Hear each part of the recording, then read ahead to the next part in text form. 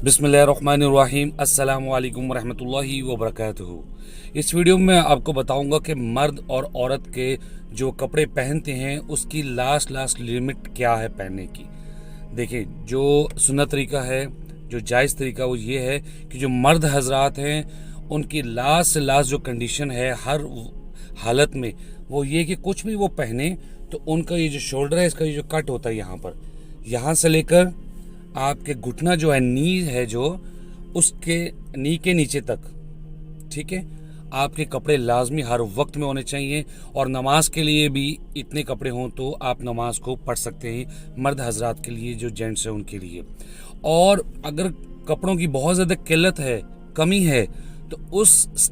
वक्त उस स्टेज पर आप सिर्फ अपने नाफ जो नेवल है वहाँ से लेकर घुटने के नीचे तक आपको लाजमी अपने आप को ढकना होगा,